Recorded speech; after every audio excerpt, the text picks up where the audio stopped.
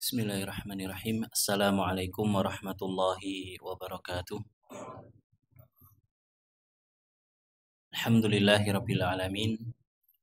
Wa bihi nasta'inu ala umurid dunya waddin. Asyhadu an la ilaha illallah wahdahu la syarikalah wa asyhadu anna Muhammadan abduhu wa rasuluh sallallahu alaihi wa ala alihi wa sahbihi wa man sara ala nahjihi wa tamassaka bi sunnatihi ila yaumiddin.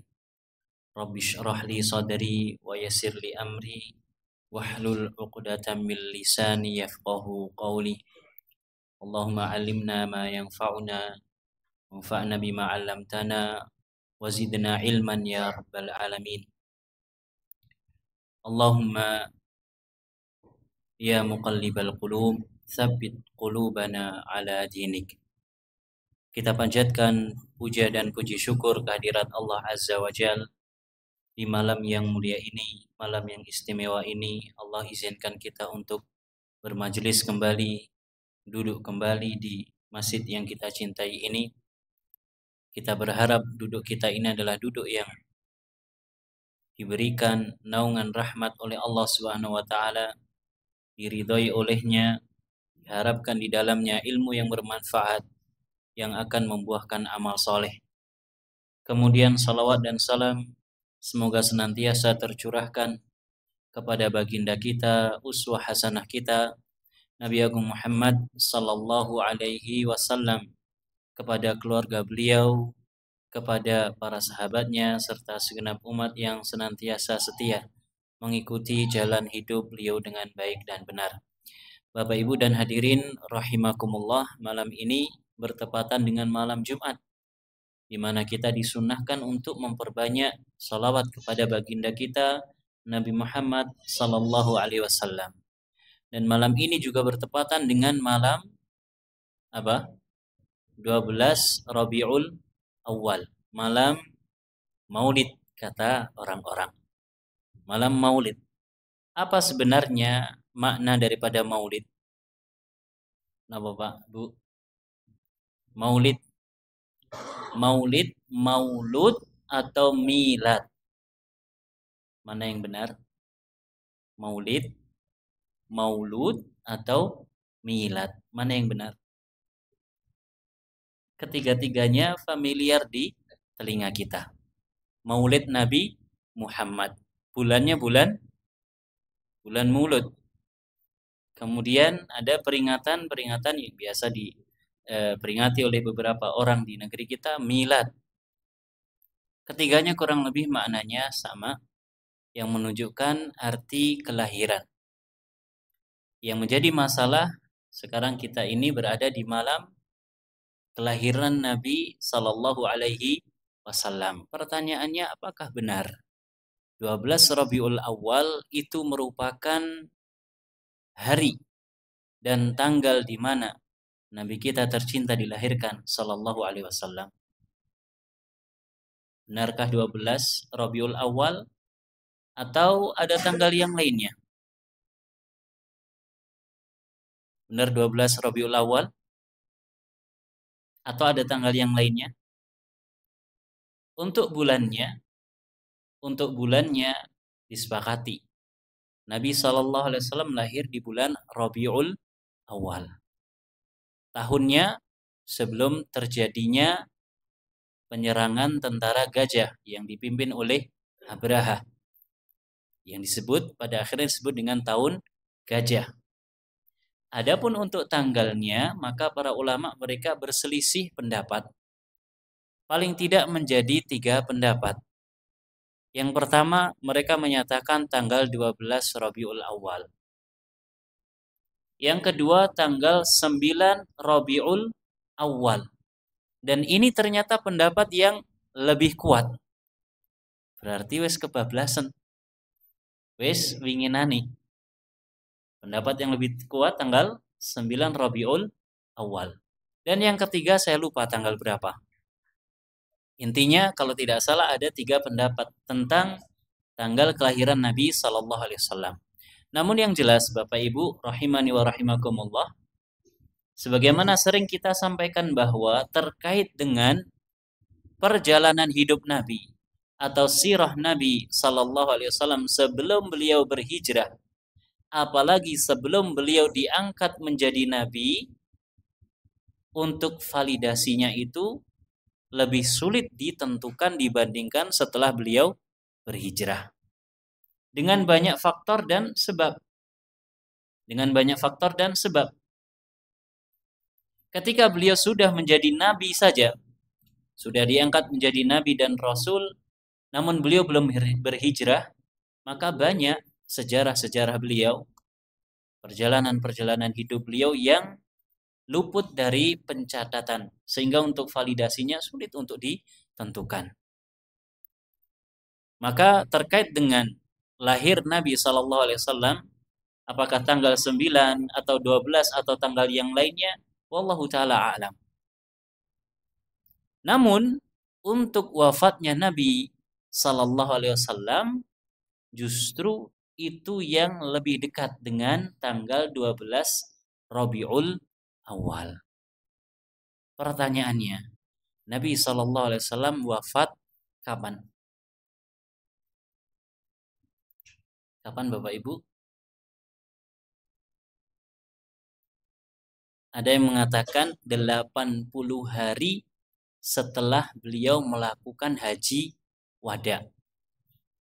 80 hari niku berarti pinten sasi? Rong sasi punjul setengah kurang lebih. Ya, bisa dihitung dari haji beliau tanggal 9 Zulhijjah, setelah Zulhijjah apa? Muharram, Safar, Rabiul Awal. Ada yang menyatakan demikian. Dan kurang lebihnya di tanggal 12 Rabiul Awal ini.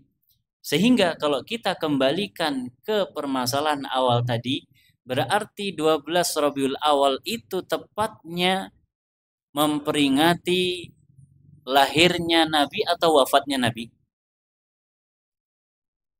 Halo? Lahir napa wafat? Wafat. Karena lahirnya tadi masih diperselisihkan, adapun wafatnya, ya para ulama banyak yang menyimpulkan di tanggal tersebut. Berarti kurang lebih kita memperingati wafatnya Nabi. Kalau begitu berarti penamaan dengan maulid itu kurang tepat. Karena maulid artinya apa? Kelahiran. Sedangkan wafat bukan maulid. Ya, kalau begitu penamaannya kurang tepat atau bahkan tidak tepat. Wallahu taala a'lam. Baik. Kalau demikian perkaranya, berarti kita tidak sedang memperingati lahirnya Nabi Sallallahu Alaihi Wasallam. Namun tanggal ini kita memperingati wafatnya Nabi. Bukannya tatkala Nabi wafat seharusnya kita bersedih. Kenapa bersedih? Karena manusia terbaik meninggalkan dunia untuk selama-lamanya. Sehingga manusia yang datang di akhir zaman tidak mungkin bertemu dengan beliau kecuali di surga kelak. Karena manusia terbaik yang mendapatkan wahyu, yang diajak berbicara oleh Allah Subhanahu wa taala untuk terakhir kalinya dari kalangan manusia sudah tidak ada. Artinya wahyu telah terputus. Seharusnya kita bersedih. Anas bin Malik radhiyallahu anhu mengatakan, tatkala Nabi SAW datang ke Madinah, Madinah ini cerah dan saya tidak pernah melihat cerahnya satu hari melebihi datangnya Nabi ke kota Madinah. Namun tatkala Nabi wafat, Madinah menjadi gelap. Tidak ada hari yang lebih gelap, kata Anas bin Malik, kurang lebih melebihi gelapnya hari tatkala Nabi SAW wafat. Dan para sahabat bingung setengah mati. Para sahabat Nabi bingung setengah mati. Beliau pulang dari haji wada, kemudian kesehatan beliau menurun. Dan ini rahasia kenapa haji itu menjadi rukun Islam yang terakhir. Dan kenapa mayoritas kaum muslimin melaksanakan ibadah haji di penghujung usia. Karena Nabi SAW beliau menyempurnakan haji beliau. Dan satu-satunya haji yang beliau laksanakan tatkala beliau sudah menjadi nabi adalah haji wada tersebut. Ketika beliau di penghujung kehidupan beliau sallallahu alaihi wasallam. Sepulang beliau dari Mekah, kondisi beliau, kesehatan beliau menurun. Sampai pada akhirnya beliau sallallahu alaihi wasallam jatuh sakit. Para sahabat Nabi tetap melaksanakan sholat berjamaah dan menunggu kedatangan Nabi sebagai imam. Jadi yang namanya imam itu Bapak Ibu pada asalnya satu orang saja. Satu masjid imamnya itu satu. Pada asalnya demikian. Para sahabat menunggu kehadiran Nabi Sallallahu Alaihi Wasallam. Ternyata Nabi belum juga hadir. Kemudian Nabi sampai pingsan. Lalu Nabi siuman. Tatkala siuman Nabi meminta untuk dibawakan air. Kemudian beliau mandi. Setelah itu beliau ingin berangkat ke masjid. Ternyata ketika akan dipapah beliau pingsan lagi. Tatkala siuman beliau minta air lagi, mandi lagi, kemudian berangkat ke masjid. Demikian pula terjadi untuk yang kesekian kalinya. Sampai pada akhirnya beliau sallallahu alaihi wasallam setiap kali pingsan beliau bertanya, apakah para sahabat telah sholat? Apakah para sahabat telah sholat? Hal sholat nas, apakah manusia telah sholat? Aisyah menjawab, belum. La hum yantazirunaka, belum wahai Nabi, mereka masih saja menunggu engkau. Nabi minta dibawakan air, mandi, kemudian pingsan dan seterusnya. Sampai pada akhirnya Nabi mengatakan, muru Abu Bakrin, perintahkanlah Abu Bakar supaya mengimami manusia, mengimami para sahabat di kala itu. Kemudian berangkatlah Abu Bakar mengimami yang sebelumnya diprotes sama Aisyah. Sinten Aisyah Bapak Ibu? Istri Nabi dan anaknya Abu Bakar. Abu Bakar As-Siddiq itu mertuanya Nabi. Aisyah protes, jangan bapakku. Kenapa? Karena Abu Bakar itu, kata Aisyah, hatinya terlalu lembut. Dia tidak akan mampu untuk membaca Al-Quran. Baru membaca Al-Fatihah sudah menangis. Maka Nabi memberikan ucapan yang agak keras kepada Aisyah dan juga istri-istri yang lain. Kalian ini seperti wanita-wanita Bani Israel. Artinya Pak suka membantah. Muru Abu Bakrin an yusalliya bin nas. Perintahkan Abu Bakar supaya Abu Bakar mengimami sholat bersama para sahabat. Maka Abu Bakar pun maju. Kemudian Nabi melihat dari arah jendela Nabi Sallallahu Alaihi Wasallam. Rumah Nabi Sallallahu Alaihi Wasallam itu berada di timur Masjid Nabawi. Jadi ini mihrabnya menghadap ke arah selatan. Madinah itu kan letaknya utaranya Mekah. Kalau sholat menghadap ke selatan. Kalau kita menghadap ke mana? Ke barat. Rumahnya istri-istri Nabi itu berjejer di sebelah timur Masjid Nabawi.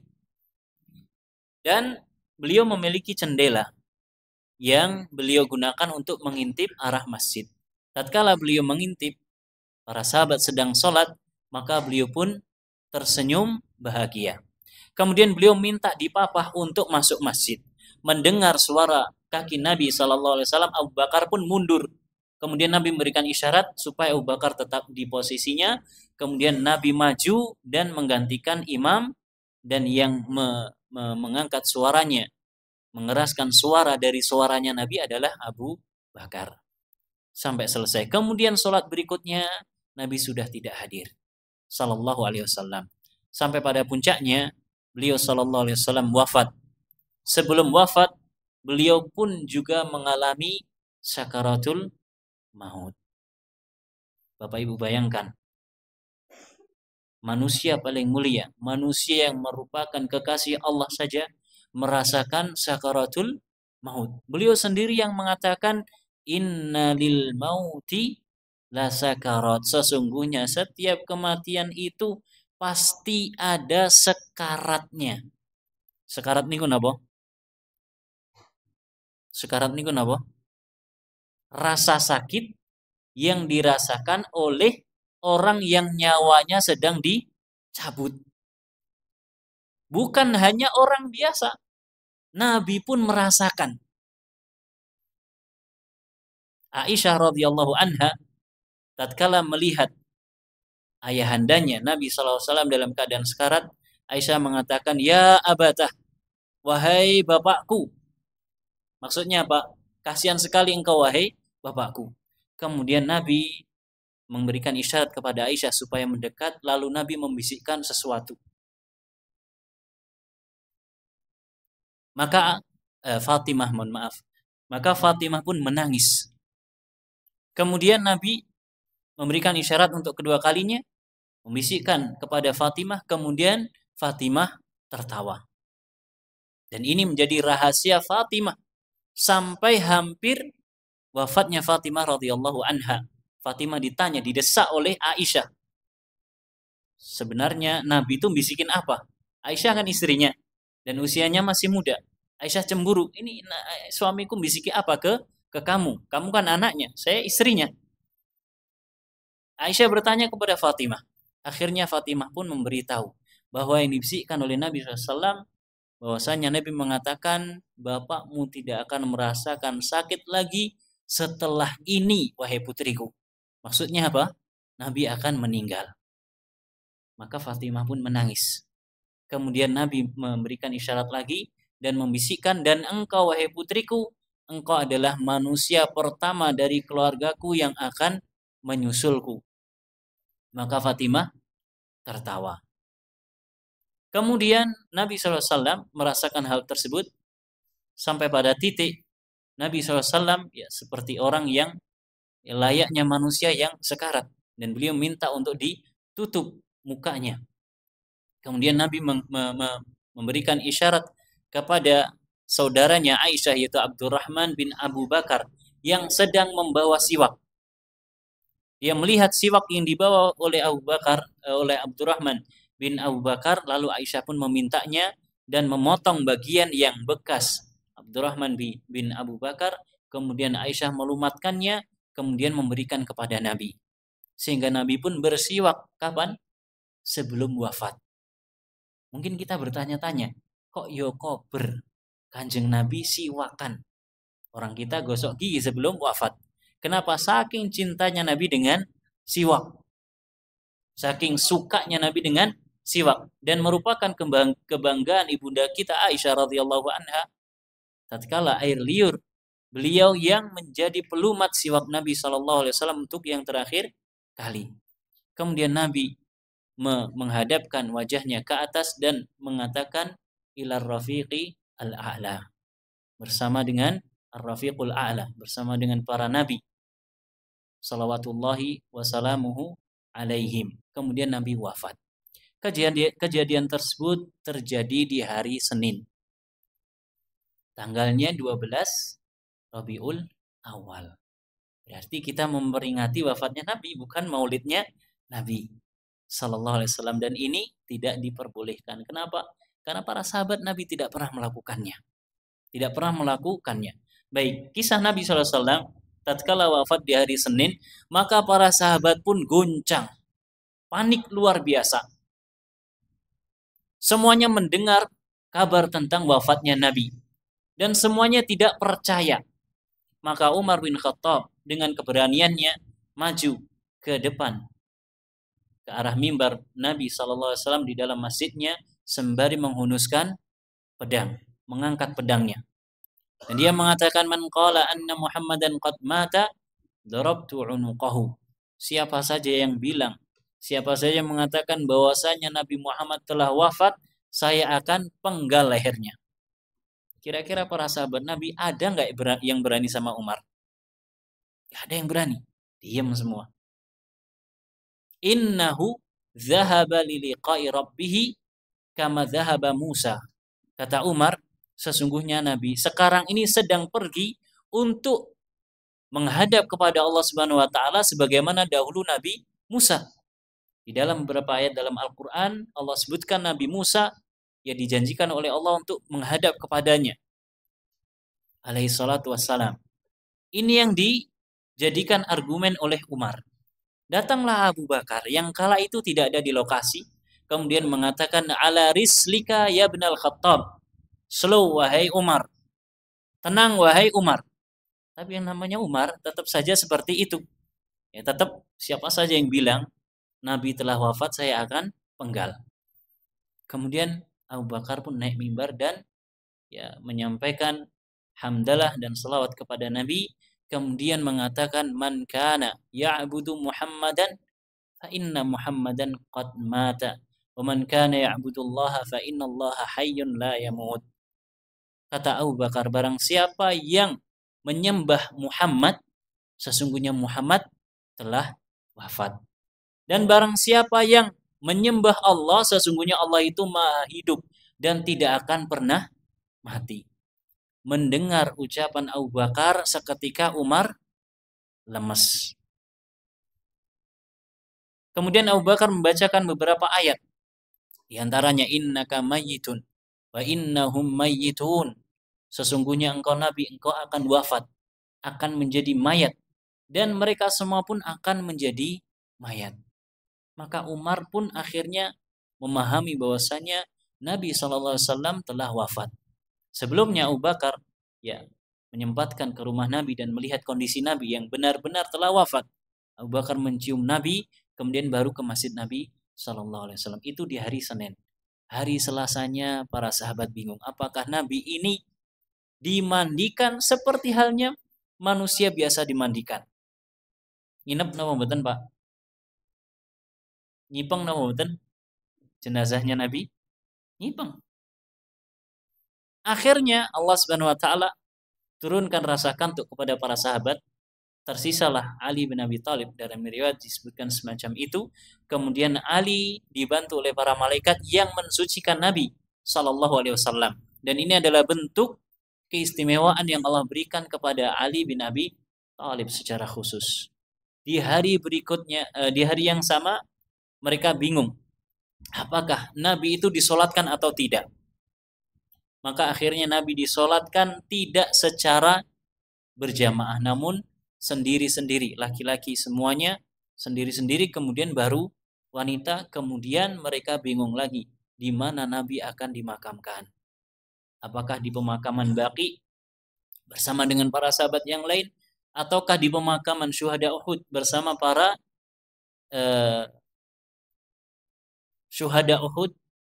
Maka Abu Bakar datang sembari mengatakan innal anbiya yudfanu fi makanin qubidha fihi. Sesungguhnya para nabi mereka dimakamkan di tempat di mana mereka wafat.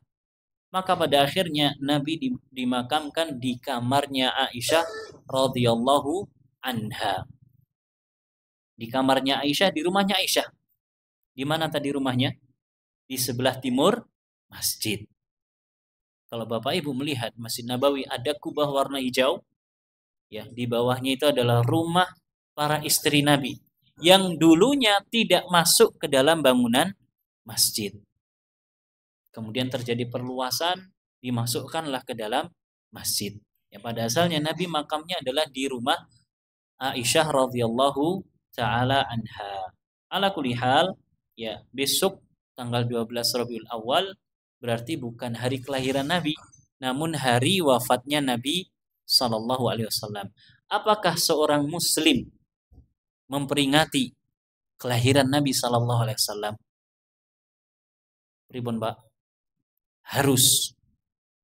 Namun caranya yang agak lain. Caranya yang berbeda. Kelahiran Nabi sallallahu alaihi wasallam, diangkatnya beliau sebagai seorang nabi dan rasul, membawa risalah Allah dari langit. Ini yang harus kita peringati. Kapan? Setiap hari. Setiap hari kita memperingati Maulid Nabi, kelahiran Nabi, dan diangkatnya beliau sebagai seorang nabi. Setiap hari ketika kita sholat, kita sedang memperingati kelahiran Nabi. Karena diutusnya Nabi tujuannya adalah itu. Kita puasa, kita zakat, kita berusaha untuk berakhlak mulia. Kita berusaha untuk senantiasa mentauhidkan Allah. Kita menjauhi larangan-larangan Nabi, menjauhi maksiat. Ini adalah hakikat memperingati Maulid Nabi Muhammad sallallahu alaihi wasallam, memperingati beliau sallallahu alaihi wasallam sebagai seorang utusan dari Allah Subhanahu wa taala. Bukan hanya malam 12 Rabiul Awal, sholawatan ngasih isu jam 3 bar kuwi subuhan bablas. Ora gur subuhan tok, ngasih Jumatan ya ora mangkat Jumatan. Ini salah. Masa memperingati lahirnya Nabi hanya setahun sekali? Ini salah. Memperingati lahirnya Nabi setiap hari. Setiap kita melakukan ibadah kepada Allah berarti kita sedang memperingati hadirnya Nabi sallallahu alaihi wasallam di atas muka bumi. Wallahu taala a'lam. Ya, tidak hanya sekedar membaca sholawat atau membaca kitab-kitab tertentu. Ya, tidak hanya mengkhatamkan kitab tertentu, tidak. Tapi lebih dari itu, ya, membaca tok, mengkhatamkan tok, setelah itu ya kembali lagi seperti biasa. Apa bedanya? Lebih dari itu kita harus menteladani beliau sallallahu alaihi wasallam dalam kehidupan sehari-hari. Wallahu taala a'lam. Kembali ke kajian kita tentang usul salasah. Kita telah membahas atau sedang membahas tentang masalah roja, rasa harap kepada Allah Subhanahu wa taala. Kata penulis, wa yaqwar raja'u kullama qawiyal ilmu billah.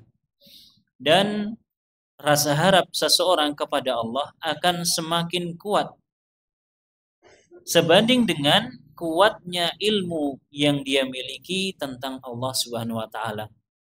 Semakin seseorang kenal Allah, maka rasa harapnya dia kepada Allah akan semakin kuat. Kata Imam Ibnul Qayyim, quwwatur raja'i ala hasabi quwwatil ma'rifati billah wa asma'ihi wa sifatihi. Kekuatan rasa harap seorang hamba itu berbanding lurus dengan kekuatan ma'rifah, kenalnya dia kepada Allah Subhanahu wa taala, dan juga kenalnya dia terhadap nama Allah, Asmaul Husna, serta sifat-sifat Allah Subhanahu wa taala. Semakin seseorang kenal Allah, tahu betul tentang Allah Subhanahu wa taala, maka rasa harap dia kepada Allah akan semakin kuat. Sebaliknya, semakin orang jahil, tidak tahu, bahasa kasarnya bodoh tentang Allah Subhanahu wa taala, maka dia akan semakin kecil harapannya kepada Allah Subhanahu wa taala. Orang yang kenal Allah, orang yang faham bahwasanya Allah Subhanahu wa taala misalnya memiliki nama atau Asmaul Husna Al-Ghafur. Napa Pak artosnya Ghafur? Napa? Maha pengampun. Al-Ghaffar sama. At-Tawwab, Maha menerima taubat. Ar-Rahim, Maha mengasihi.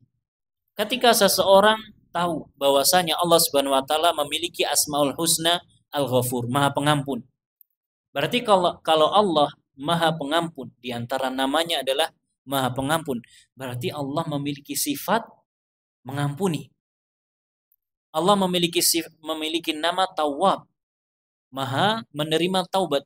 Berarti Allah memiliki sifat menerima taubat. Allah memiliki nama Ar-Rahim, Ar-Rahman. Berarti Allah memiliki sifat rahmah, kasih sayang. Tatkala seseorang tergelincir dalam dosa, masuk dalam kubangan dosa, kemudian dia ingat bahwasanya Allah Maha Pengampun, Allah Maha Penerima taubat, maka dia bersegera bertaubat kepada Allah, memohon ampunan kepadanya.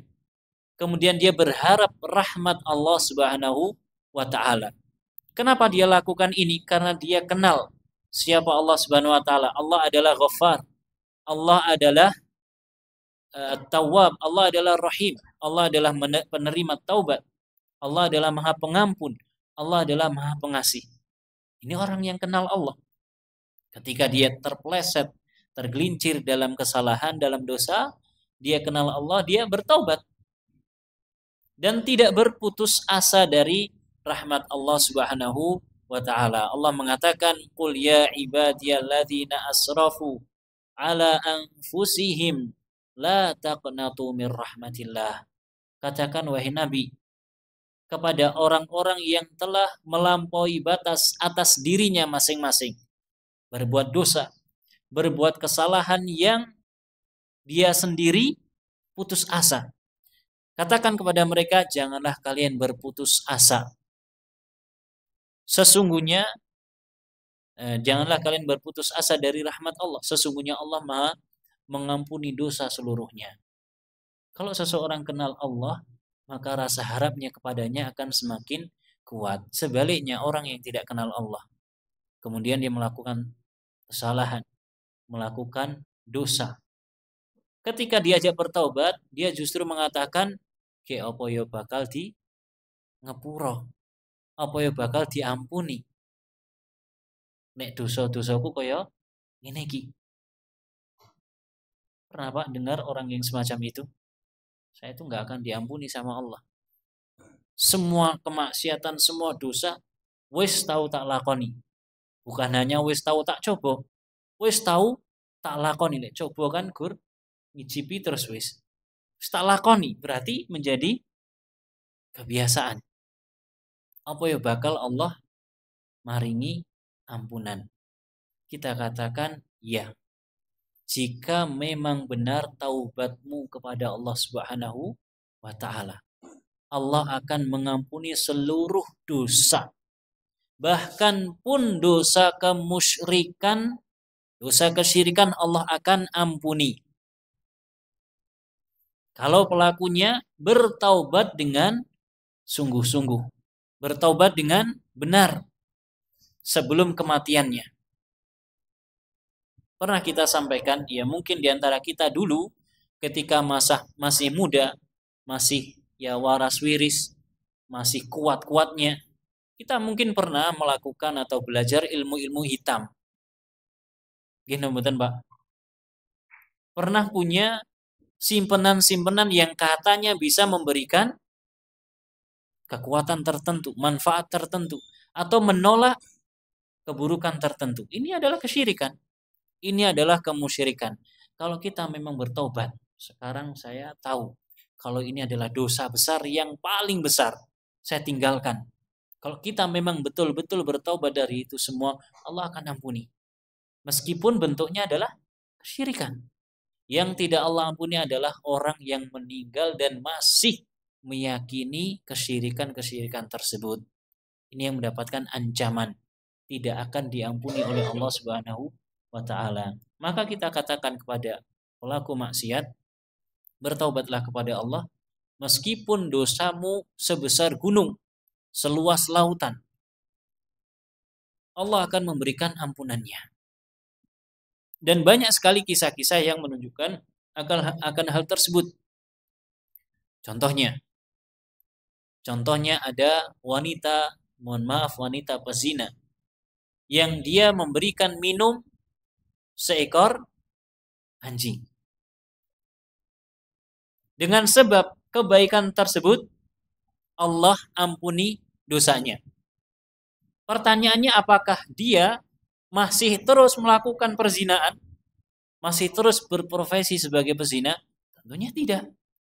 Dia bertaubat dulu. Ya enggak terus-terusan dah kayak wong sing zina wae diampuni karo Allah. Terus yus tak zina terus. Yang penting aku tumindak kebaikan. Ya salah. Pezina ini taubat. Pezina ini pada akhirnya bertaubat. Dan yang menjadi pemberat kebaikan, pemberat timbangan amal kebaikan dia adalah karena dia pernah memberikan minum seekor anjing yang kehausan. Contoh yang lain.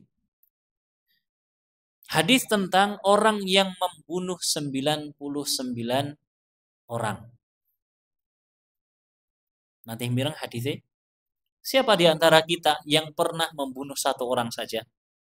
Ngaku, Pak. Bu. Gak ada kan? Gak ada. Na'udzubillahi min dzalik. Atas dasar apa kita ya menjadikan nyawa saudara kita melayang? Meskipun dia mungkin orang bukan seorang muslim, gak boleh kita membunuh. Ya gak boleh, dosa besar. Orang yang pernah membunuh 99 manusia, dia mendatangi satu tempat ibadah dan bertanya kepada ahli ibadah, apakah saya masih punya kesempatan untuk bertaubat? Karena yang ditanya adalah ahli ibadah. Ahli ibadah ya kita tahu yang orang yang kerjaannya setiap hari ke masjid, pulang ke masjid, pulang. Gak pernah belajar, yang penting ibadah dong. Dia gak punya ilmu, sehingga dia mengatakan orang semacam engkau, saya tidak melihat adanya pintu taubat yang terbuka. Membunuh 99 orang. Maka dia genapkan jadi 100 orang. Ahli ibadah ini pun ikut jadi korbannya. Pada akhirnya dia pergi ke tempat yang lain dan dia jumpai seorang alim, seorang ahlu ilmi. Dia punya ilmu agama. Dia bertanya kepada ahlu ilmi ini, apakah orang semacam saya masih punya kesempatan untuk bertaubat? Kata seorang ahlu ilmi ini, iya. Mengapa tidak? Pintu taubat Allah itu terbuka lebar. Dan ini yang harus kita pahami Bapak Ibu. Kapanpun kita tergelincir dalam dosa, pintu taubat Allah itu terbuka lebar. Segera mohon ampun. Segera beristighfar. Kembali kepada Allah Subhanahu wa taala.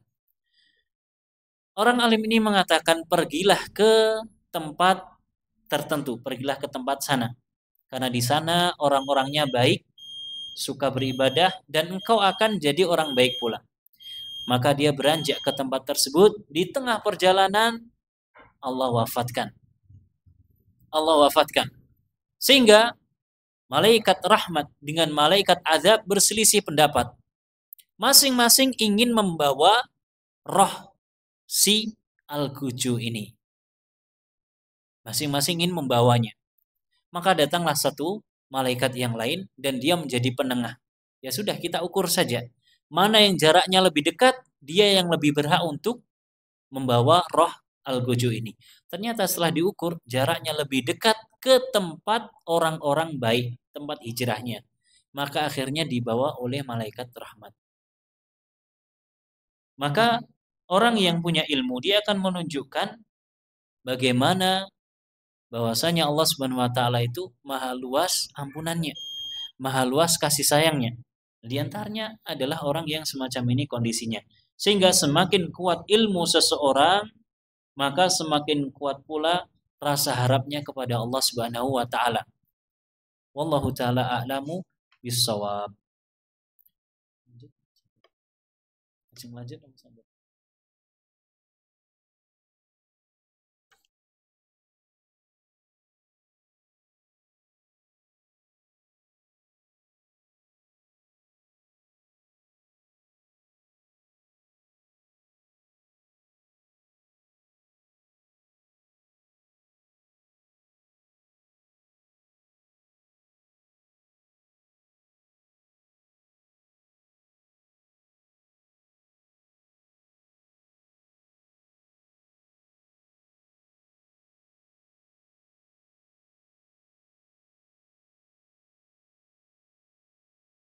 Salawat kepada beliau sallallahu alaihi wasallam, gunakan untuk hal tersebut tanpa ada keterkaitan dengan adanya peringatan Maulid Nabi. sallallahu alaihi wasallam. Wallahu taala a'lamu bissawab. Kita akhiri dengan membaca doa kafaratul majlis. Subhanakallahumma wa bihamdika asyhadu an la ilaha illa anta astaghfiruka wa atubu ilaik. Wa sallallahu ala nabiyyina Muhammad wa ala alihi wa sahbihi wa sallama tasliman katsira. Wassalamualaikum warahmatullahi wabarakatuh.